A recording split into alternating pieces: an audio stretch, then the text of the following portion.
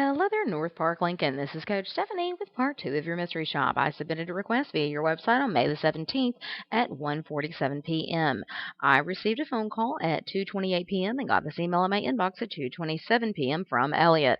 Elliot, be sure that you call the customer in less than 15 minutes. Grab control of the call and use the script so that you can schedule an appointment and get them to your dealership.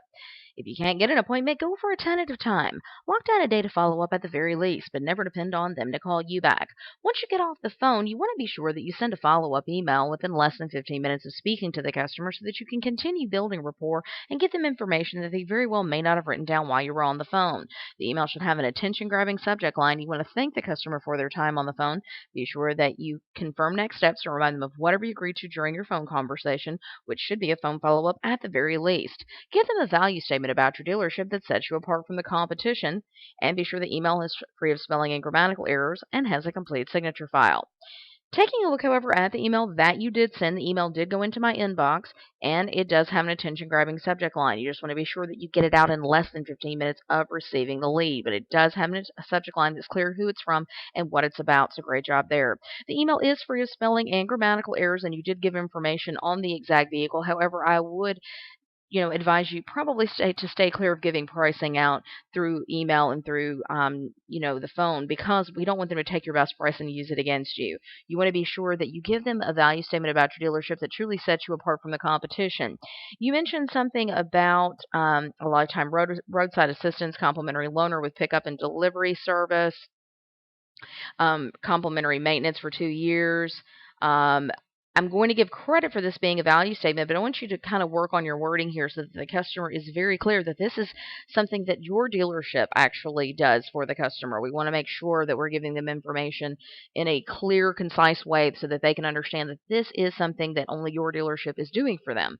Like I said, you want to make sure your dealership stands apart from the competition.